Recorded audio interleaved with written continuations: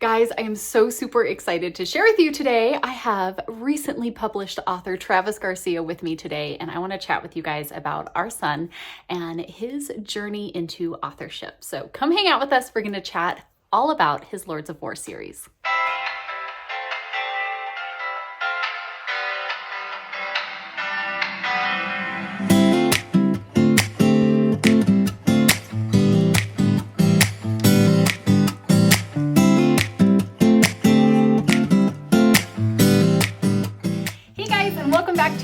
Minded Home. You guys know that we've been putting out vlogs every single day, but I have our son Travis with me today, who, if you've been around for a while, you know he is not enjoying being on camera, but he's doing this especially because his book is now out.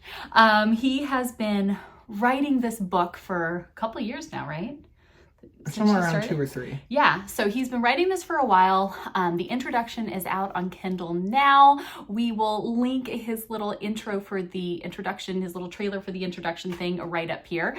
And I want to talk with him a little bit today about not only his first big book that is coming out here soon, and we've got the trailer and everything down in the description if you guys want to learn more about that. But I wanted to talk with him about where this whole thing of writing came from, and then share with you guys a little bit more about this series that he is writing, because I'm pretty sure we've got quite a few here who are probably looking for good reading material for our kids to be reading. Maybe you're a parent like me who really struggled with getting your child to write literally anything. And so I want to share this interview straight out of the horse's mouth here with it is possible, right? So let's go ahead. Travis, you have written this series, and I guess I'll just say for you, you started homeschool the middle of first grade. So he went to government school for kindergarten and the first part of first grade. We really were like, what are we doing? This is ridiculous. We pulled you out. We started homeschooling. And really, I think it was our fault in a good part of it. We were having some struggles when it came to reading and writing, and not homeschooling before, not doing any of this, starting to get really frustrated. And Dad and I were like, what is wrong with you? Why won't you just do these things? Like, we couldn't figure it out. And my mom, who worked in the government school system for years and years and years, she now teaches with our co-op, but she did a lot of early childhood education stuff. And she was like, I think he's dyslexic. I think that's what's going on, and why we're basically just making it worse for you, and you're frustrated and you don't know why it's so difficult. And it was our fault because we didn't catch this. And so we caught it, we learned then, and started making some changes, but it really did leave this bad taste in your mouth of he hated reading, hated writing. He didn't want to do anything with it because it had gone on so long, us not realizing what was wrong and really just making it worse on you. And then we made another mistake because I was like, you have to do better with reading. You have to do this. And he kept getting migraines because he needed glasses, and we didn't realize that either. And so we had a couple things here that are just total parent fails that we did, and really just gave you this grand aversion to anything to do with reading, writing. He didn't want to do any of it. And it really was because of just those things, right? They just made those problems, made it so difficult. It really kind of left this like thing for you that you wouldn't touch it with a 10-foot pole. I couldn't get you to write more than like a sentence, you know, I mean, he hated it. He didn't want to do it. And I got really frustrated, and finally got to the point where my mom has retired from teaching in the government setting, and still wanted to do stuff. And she was an amazing teacher. And I said, Mom, you work with your grandson, because I'm clearly failing this kid, and I'm frustrated. I got 3 other kids to homeschool. Like, I don't know what to do here. And so I said, what if you and Travis work together? He loves history, especially the Middle Ages. And I said, I found this really cool, like, Middle Ages homeschool thing. Like, maybe you guys can do that together. And that was kind of our, like, testing ground for the HMH co-op that we have now. And you and Nan started working together, and it went really well. Right? Like, you guys had a blast, and she was learning about Charlemagne and all these things, and you were getting to dive into all this historical stuff that you loved. Yeah, in the beginning, as a kid, from all the way back from when I can remember, I loved telling stories. I loved drawing stickmen. You were always a storyteller. And I remember when I was in kindergarten, and specifically the first half of first grade, I loved drawing like Angry Birds and stuff like that, and all of my thing. That's what I wanted to do. And then around that same time, my uncle introduced video games to me, like in a very broad way, and I was obsessed with them, and I loved the stories, and I loved playing with them. And yeah, as the years went on, it was, more of, drawing little stories with stick figures and playing video games. And that's what I loved. I loved immersing myself in stories and coming up with my own. Always been a storyteller. That's what I loved. It's what, I had a passion for. And then there was all that stuff, about with writing and reading and stuff like that. And not only was it daunting and difficult, I genuinely didn't want to do it. I wanted to learn stories. I wanted to create stories. That's what I wanted to do.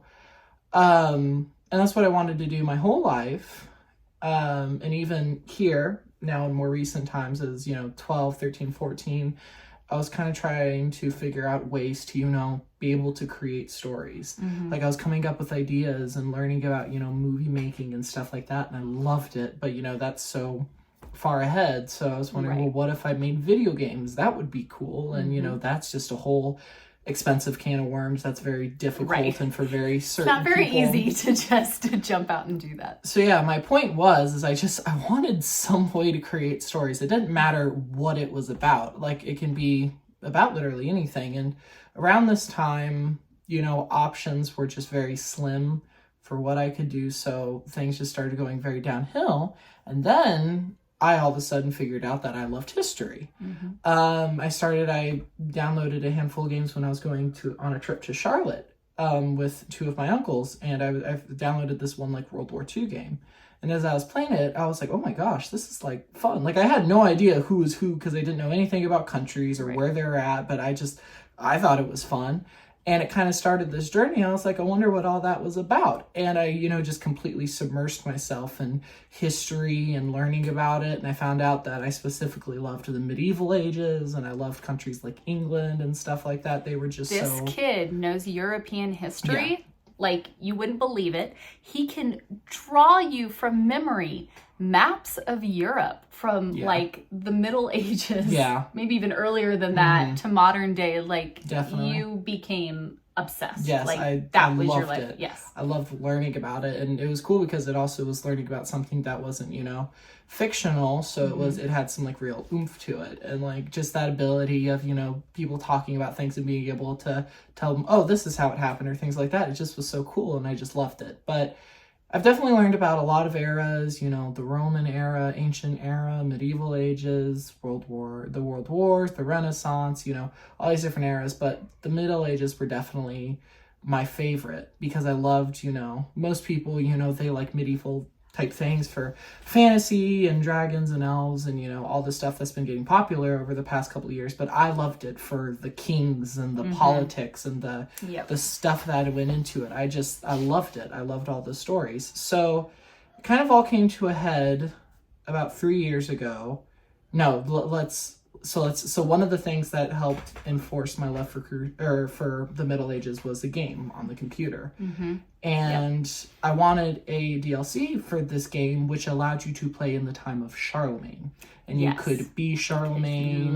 Charlemagne. I loved Charlemagne. I loved that whole era, and I wanted this so bad. And I asked you for it because I didn't have the money. And you told me that I could get it if I wrote a document about Charlemagne. See, homeschool moms, this is how we do it. I go, oh, this is what you're getting towards? Okay. But the thing is at this point, I was actually quite enthusiastic about it, even though I wasn't a fan of writing, because I loved teaching you guys about the Middle Ages, because not only, did I love it and I loved getting to teach and that feeling, you guys didn't like when I talked about stuff like that because you got bored. Oh my gosh. So you specifically asking for something kind of, invigorated me, like, okay. So even then I didn't, I wasn't like completely well versed in Charlemagne, not like I am now. But I learned, and you showed me Google Docs, and I started using it, and I put together this whole document, which now is probably riddled with inaccuracies and stuff like that. But I did what I could, and I was very, enthusiastic. It was so much fun.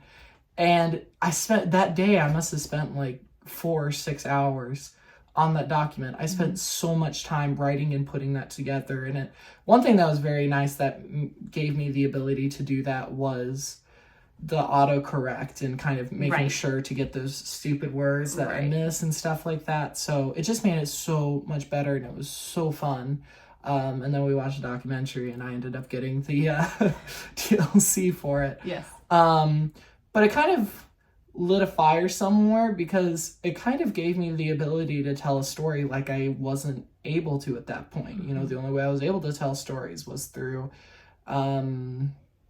little stickmen and stuff like that, because not only that, but I'm also bad at drawing, so I can't really, you know, make a comic book. Think you're cute. Like, I'm okay, and I definitely think I'm getting better, but I'm not, like, it's not a talent that I have. And writing isn't a talent that I have. I would definitely say storytelling is a talent I have. I'm still learning and growing as a writer. So, but it just invigorated me, and that's the point. And I ended up even creating another story on the side that I was kind of working on that it faded out, but it was just fun working with docs again. And then Nan because you started working with Nan, my mom, and we first did a book club, like the reading of a book, which I was not a fan of because still to this day I hate reading. Yeah. Funny enough. You're right. But Let the us month tell you after, more about this book we hope you want to read. But the month after, I think Nan kind of realized that she needed something to get me on board and to get me focused. And you too. So you guys started the history class where we were supposed to, like, a week, a month, write these short little documents about, you know, historical kings and stuff like that. And I definitely got way more into it than just a few weeks. So I put together, by the end of it, like this whole long, for me it was very long, 8-page document about Charlemagne was our first, sorry, Justinian was our first guy. And then the next month we did Charlemagne, and then I never got to finish my Alfred the Great one, but maybe one day. That'll be a whole book in itself, because Alfred the Great is his favorite. So we ended up spending quite a few months doing that, and then it kind of stopped. And it kind of went stale for a while. But the entire time it was going stale, I kind of was like, now that I had experience with Google Docs, I was growing in my writing abilities. I was like, man, I kind of want to create like my own story. Yeah. So I actually started this side series. It's like kind of like a sci-fi apocalyptic. That word. Is that the Series X? Stories, Project X. Project X, yes. And it was just it was a really cool idea that I had, pretty much like if the world froze. And I think that story could be a TV show. Yeah, I think so too. And it was a very fun idea that I worked with, and I created a few mini stories, and it was really fun because I just got to practice with story building and character building and all these different things. It was very good practice. And then I kind of stopped writing them because it was just, I was getting very overwhelmed with the story and stuff like that. And like, truth be told, and funnily enough, this is how it happens a lot of times, but the reason why I wrote that story is because I was getting into a game that was also apocalyptic. So as I was kind of getting bored with the game and I wasn't playing the game as much, I also started getting bored with the story, and it started to stalemate, because certain things go in waves for me, whereas others just, you know, stick with me more so, and they kind of are always there, even if sometimes they're a little muted, like, for instance, my love for the Middle Ages. So how do you think you came to, let's talk now specifically about your series, right? So this is everything that led you up to becoming a writer and being very passionate about this and pouring. I mean, our problem became that I would call my mom and go, oh my gosh, the problem is now we can't get him to stop writing. We had to literally set times that he could write and times that were no-go. You cannot be writing, because he would be lost in his room just writing for hours upon hours upon hours. And when he wasn't writing, he had his notebook and he's making notes of what's going to be what, and you know, all these different things. And so we had to be like, okay, we need to like step this back. Like, this is fantastic. I'm so proud of you, but like, too much. Well, I think it was hard too, because for the first time, pretty much my whole life, because I just, you know, we were raised very differently and we just do different things. So I, you know, didn't feel useful or like I carried much value for a very long time, because I didn't really do much. All I wanted to do was create stories, and there just was no way to do it that, you know, could have a future or be, you know, profitable or anything like that. So it was just a very sad time. And then finally being able to find something where I could do it. And even if writing, you know, even if I preferred like some of my stories to be in movies or shows or games or stuff like that, it's a way to get those stories out there and to build those stories and to just have that and have, you know, some hope for being able to tell stories. It just, I mean, it lit fire in me, and that's all I wanted to do. I didn't want to do anything else. So your series is called The Lords of War. Lords of War. And it is currently the one on Kindle is Return of the Horde, and that's just a short story introduction to this series. And this series does take place in a fictional world, but it is based off of our time of Europe in the Middle Ages. So the places are fictional, but that's where that inspiration comes from. And currently, as it stands, it's a 6-book series with the first book coming out here within the next month or two is The Good King. So we're finishing up edits and some design and stuff to get that ready for publication. Like so The Good King will be the first full book in the series that'll be coming out. It will be on Kindle and then just paperback purchase on Amazon as well. So very excited for that. But where did your inspiration for the Lords of War, like, tell me about that. So, I mean, now it is this just absolutely humongous series with so many different families and so many different stories and stuff like that. Let me just say and add to this, like, not only is this series big and there's so much in it, I mean, he sat down and designed genealogy trees for all the families, all the people. He has maps drawn from like way before the series begins past where the you know the last book ends. So I mean that your detail of creating a real place, real family trees, real dynasties, real, you know, all of that like is very, very in depth. Well, and like to where some people will, you know, just sit down and, you know, drink a cup of coffee or watch something on TV or stuff like that. Like for me, that was like making family trees. I just love doing that. So when I started this is going a little forward, but when I started this, I downloaded a app on my phone. I found the family tree app that was very, you know, good. Like you can pretty much do whatever. You can upload pictures. It's just a very simple, but yet like just free. Like you can just do what you need to, very detailed. So I did this, and now there must be 2,000 or so characters in that family tree. Everything links, everything connects. I have, you know, some of the birthdays and stuff like that. It's just nuts how much is in there. But yeah, so back to the inspiration. Where did the idea for this come from? Yeah, it was seriously as simple as I thought it would be cool to write some medieval story, but honestly, there wasn't really like, it wasn't like I was spending so long to figure out what this was going to be. I was kind of in a stalemate with my Project X series, and I wasn't really sure what I wanted to do next. But I was laying in bed one night as I was going to bed, and it's just the most random idea popped in my head. I was remembering in a TV show that we watched, it was a historical documentary, and in one of the scenes, the king and the queen, they kind of hide out in Scotland. And as commoners, right? Yeah, like as nobody commoners. knows that they're the king and queen. Yeah, and the people who they stay with don't know, you know, they're the king or queen. So yeah, they hang out as commoners, and it's just a very, you know, adorable moment, because it's like, man, you know, they're just kind of chilling out, being normal people. They don't get to be normal people very much. And I kind of thought in the back of my head, I was like, oh, that'd be a cute story. What if I made a story about like a king and a queen who love each other and just don't like dealing with the, you know, ridiculousness of politics and ridiculousness. And that's how this entire series, you know, came to being, was that very simple idea. And the next day, or maybe it was the day after, or the day after that, I started to really get some ideas.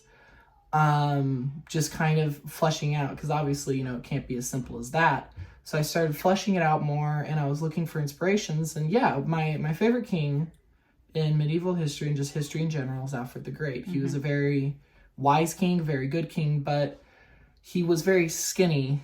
He was very sick a lot. And there's just a lot of interesting things about him, but yet he stood strong and, you know, defeated his much stronger opponents. And he was, you know, a very humble man, and there's a lot of really cool stories about him. Some of which, you know, could be fake and things like that. But the point of the stories and the legends is to tell what type of person he was, even if the stories are exaggerated. So Alfred the Great, just incredible inspiration for this. And now you've created this whole series, this whole world, this whole land, all these families, right? All these things, which is really cool. So like we said, Return of the Horde is out now. That's that introduction, kind of a short story. Tell us a little bit about it. What would we find in Return of the Horde? So yeah, Return of the Horde is an introduction to the Lords of War series. It starts off the whole thing.